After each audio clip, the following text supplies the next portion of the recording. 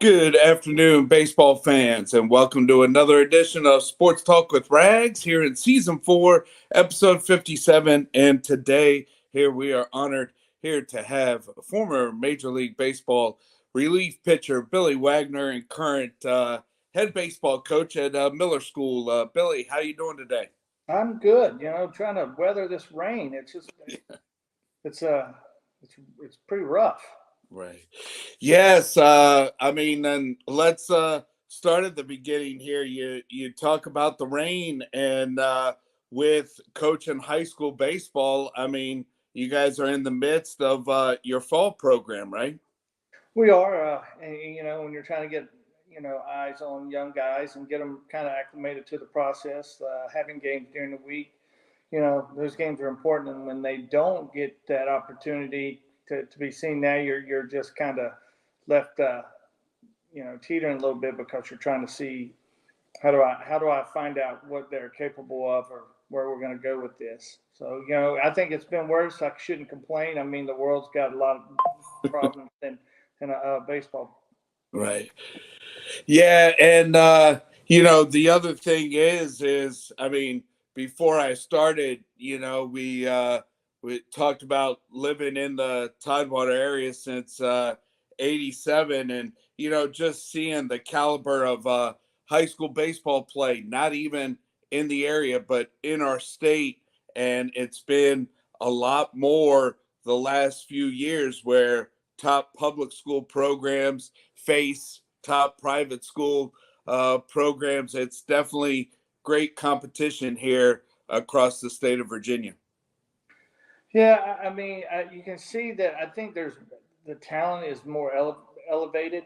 What I notice in talking to the older coaches and coaches around the state, what we lack is the opportunity to play more games. I mean, we at the middle school are very blessed to have the opportunity to play a lot of games, but with that, you get to develop a lot. And when you have such a small sampling for the public schools and things like that, it's very hard to sell that to a lot of colleges. And so they're forced to go to travel ball, which I do coach, but I hate with a passion. So, but it is that necessary evil because now you're not promoting the game, you're pushing the individual in a way that's not as acceptable down the road. It won't end well. But you know, but with that, you do see more athletes playing. Consistently when you're playing these better programs, GCA, Western Branch, and as a private school, it's so much harder to find a public school that will play you. But when you do, you find they're usually really really tough. Yeah, and I know with the public school, I know with they have the spring state tournament one location, but what the private school has done, and I've told Pat and Sean, I think I need to take a couple days off and go to Shepherd Stadium. That's definitely a cool experience here for state semis, state championship for D1, 2, and 3 to play in one location. Oh, well, I tell you, over the last 13 years that I've coached and been able to go to Shepherd Stadium, each year seems like just a fresh start when you get to Shepherd Stadium because they've renovated it. Yeah. It's so much fun. I love the process. The only thing that I always banter about is, you know, is having a 3 game series, and creating that type of, real. You have to see what your program really is about when you go 3 games instead of sitting there going, we played 1 game, and you can save some pictures and do some things. I believe that when you really build that, you really see what your program's about. And unlike where we're at in society, we are truly trying to build program that says what we're truly about as far as the longevity. And what does your number 3, 4, and 5 pitchers do Right. in those situations when you got a game 3 and the pressure of that, and knowing that you can't set somebody back to get to game 1, or if you're a number 1 seed, you might play the the playing game, and so the winner of the playing game. So you're facing maybe that guy's 3 or 4 because he had to use everybody. So it changes everything, and it forces coaches to have to be accountable to playing more people to develop, and understanding that losses during the season won't kill you. And it doesn't kill you in private school if you play high competition.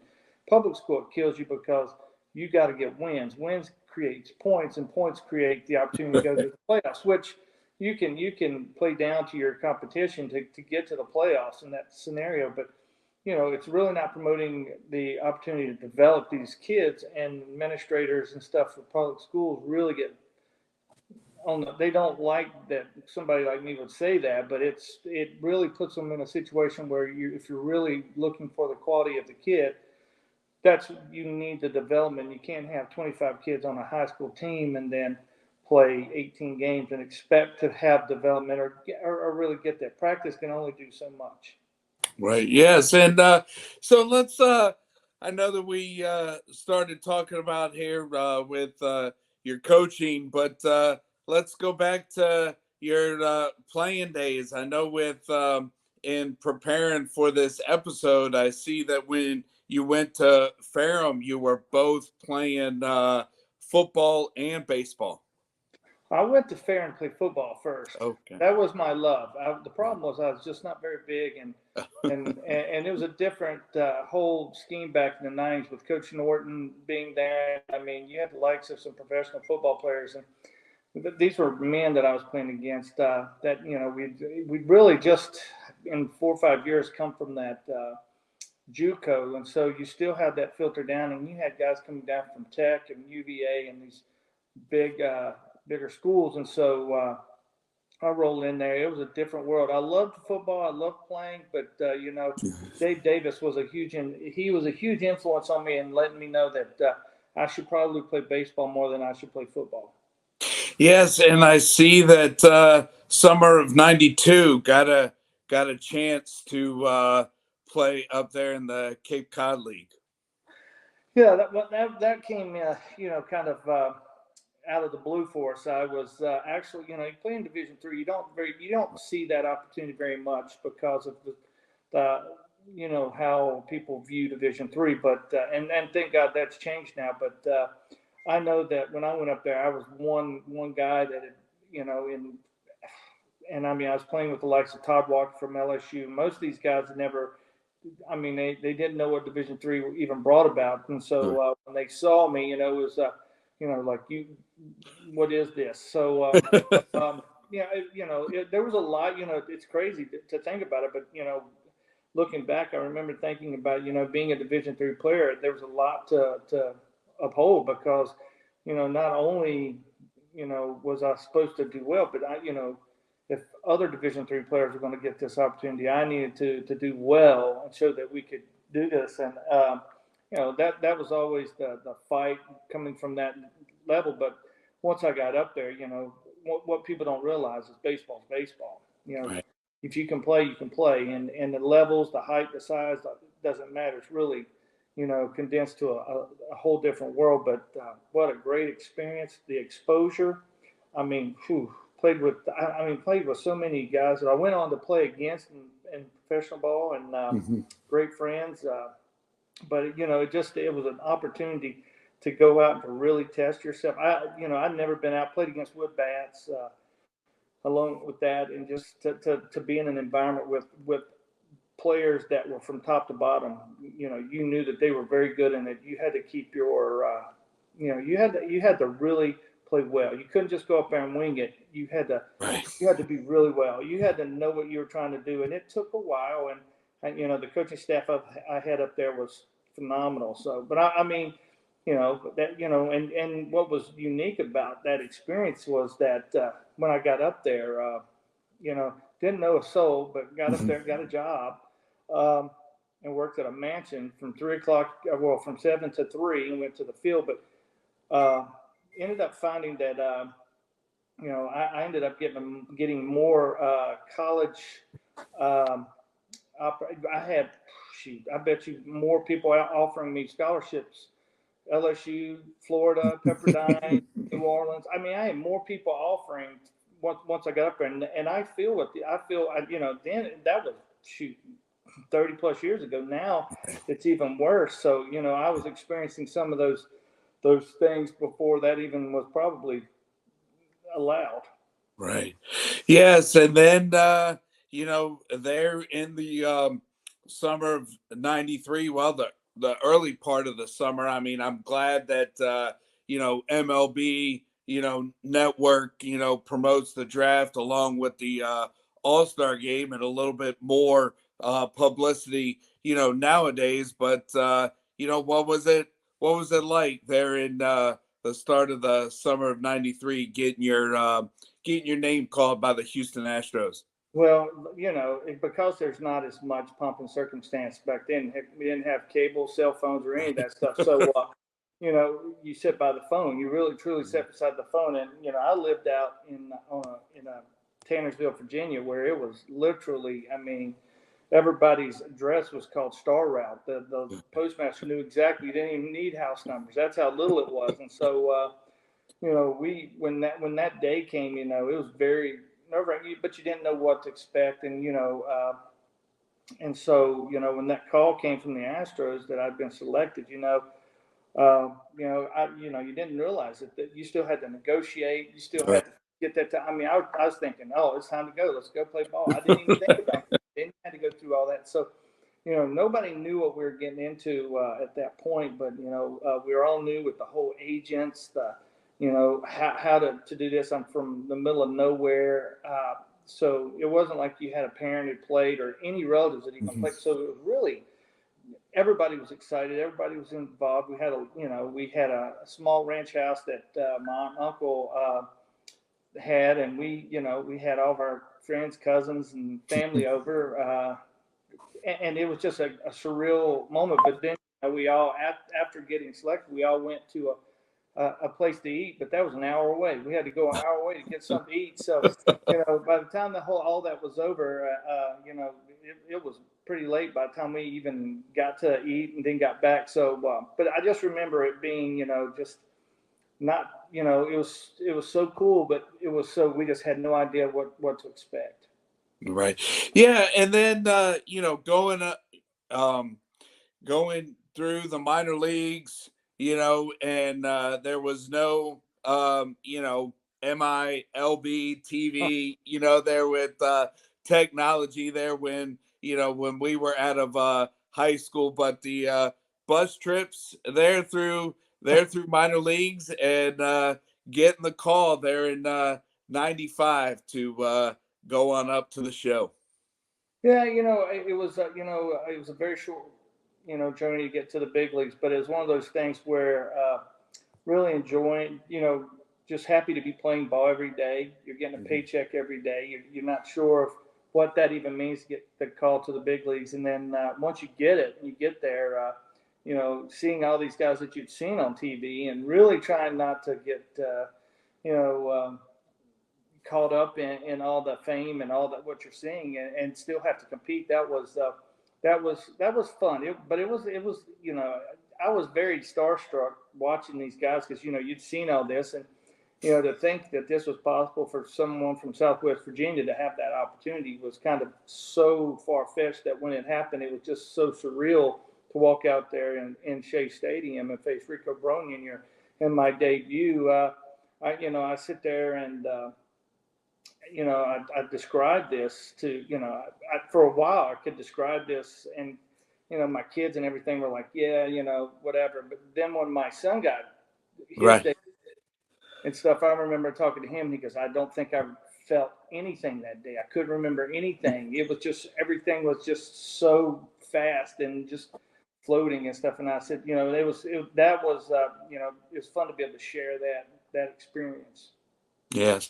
Yeah, and with '97 is when you make the opening day roster and break camp there with the big league club, and it was just start there to your career there with the Astros. Won a National League Relief Award there in '99, and three-time All-Star there with your time with the Astros, and also finished up there with a combined no hitter there in there on June 11th, 2003. Well, I tell you, when you bring up those dates and all the things that go on from I remember going through the 16 seasons, and it felt, I remember my wife thinking that this career was never going to end and it was forever. But you look back now and you go, man, that was just a blink. Those were so many moments that I feel that, when we start talking about it, it feels like, was I really there because I've been out so long? But, it was so many just wonderful moments. I mean, learning how to be a big leaguer, being taught by Doug Drabeck, who we share the same birthday, and then finding out those things along the way, and just meeting the Daryl Kyles and learning how to be groomed by Xavier Hernandez and some of these guys that helped me to learn how to be a closer. I didn't have any idea what a closer meant. Knew what they were supposed to do. I just didn't know what that was new. But having that opportunity to come up and really pitch in in playoffs and understand what that felt like. Being an all-star on teams that had guys that were Bagwell and Biggio and Berkman and guys like that. Them were some really great moments. And I mean, being very surreal to go into Yankee Stadium in your very first time and throw be a combined no hitter. Right. I mean, those are moments that when you think back, it's hard to believe that was still something that you're a part of. But it's always good to walk through that history once in a while. Yes, yeah, and then got the opportunity as moved on to the Phillies, and then moved on to the Mets. I know that you played a couple months there with the Red Sox, but mostly there with the NL East teams as you finished up there with the Braves. Yeah, I mean, yeah, it seemed like that's where that my journey took me. The Phillies was something that as a young player going through that, learning that you got to handle press way different. That was new to me. Not much press in Houston. Then going to New York and understanding what passionate fans were. That was those were pretty neat situations in those two stops. Of my next, I guess, three stops after Philly was, after Houston being with Philadelphia and New York, the passion, and Boston, but the passion that they expect. Those were things that, for me, it took a while for me to understand it was never personal. But I tell you, what a great fan base. I talk about those times that, I knew at the time it was very difficult, but now looking back, how much fun I had with playing with such unbelievable players like Jimmy Rollins. And, I played with them in their youth, and Utley and guys like that are, going to be Hall of Famers. And then, moving over and playing with Johan Santana and Carlos Delgado and Beltran. I mean, the names just, and Tom Glavine. I mean, you just you don't grow up. You don't expect that growing up out of Southwest Virginia. But then you go to Boston, where for me was pretty special because I thought Boston was where I saw my very first big league baseball game, and that was pretty unique because at the time a guy named Darrell Irvine, who was from Spotswood, Virginia, who played at Ferrum, was in their bullpen. Well, I'd never met Darrell, so I just happened to be there and got to see that.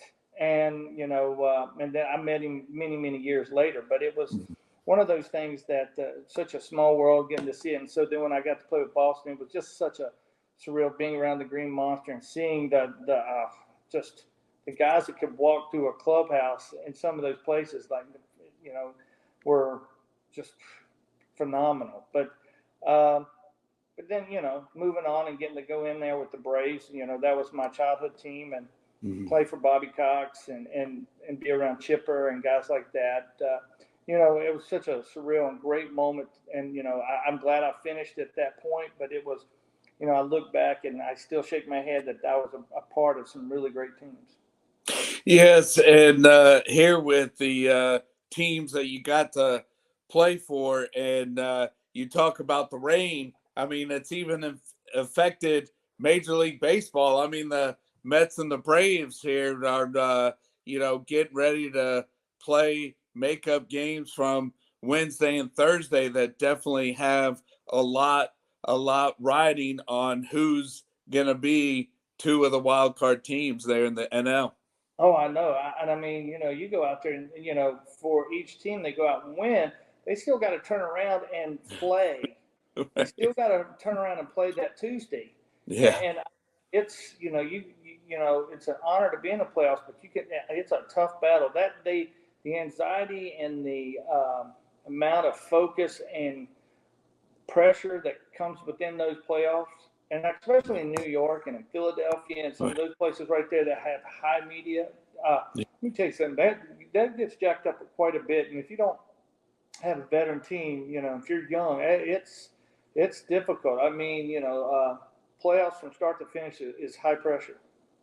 Yes, and then what about some of the individual awards? I mean, Houston, drafts you out of Ferrum, and then getting the call to go into their Hall of Fame, and you being from Virginia and the Virginia Sports Hall of Fame, giving you a call. So the first team you played for honors you with getting in the Hall of Fame, and then the state that you're from, puts you in.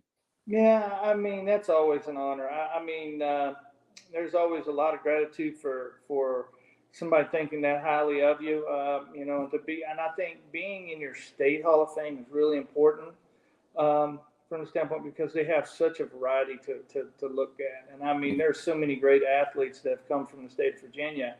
And to be a representative of that is, a true honor. I mean, playing with the David Wright, who is in there, is, a huge honor. So, there's not many guys that can say they played together in pro baseball from the same state that are in their state Hall of Fame. But, there is, the amount of guys and, pride we feel for being in the state of Virginia and what it brings is awesome. Anytime a pro team wants to put you out there, that's just icing on the cake.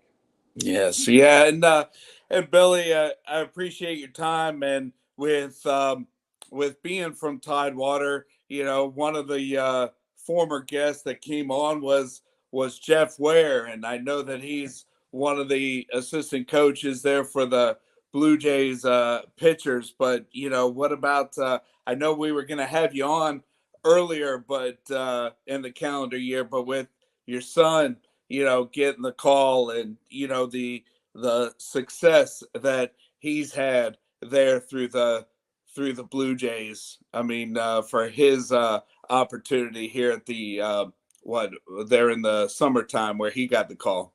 Yeah, I tell you, it's been a kind of a unique situation. Him getting drafted by Houston and making his way up to AAA and really handling his business and just head down, go to work mentality.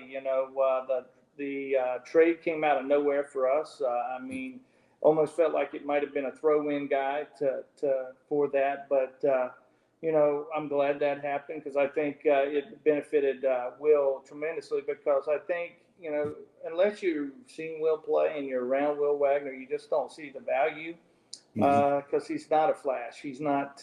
He doesn't try to draw that. That's not his nature. But for a family, we were so excited to fly out to Anaheim and experience that moment with him, and to see him do so well and get off to a great start. I don't think anybody could ask for any more.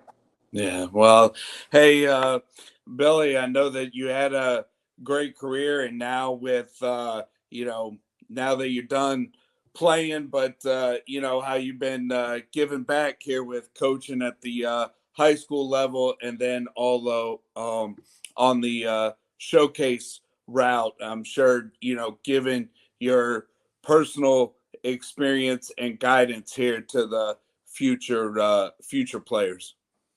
Well, I enjoy it. I do enjoy the game and the passion of the game. I like the trueness of the game, that's for sure. I'm still trying to figure out how metrics and stuff work as far as what I see and feel, but there is a place for it. But the passion and the love that this game brings for a lot of people, I still like being involved in it. Yes, it's my dad and I had the opportunity of going to the Royals Nationals there last week with knowing Matt Contrero, and he gave us batting practice passes, and I noticed that on the scoreboard, they now have stats during batting practice with exit velocity, and so a lot more data analysis here with the game.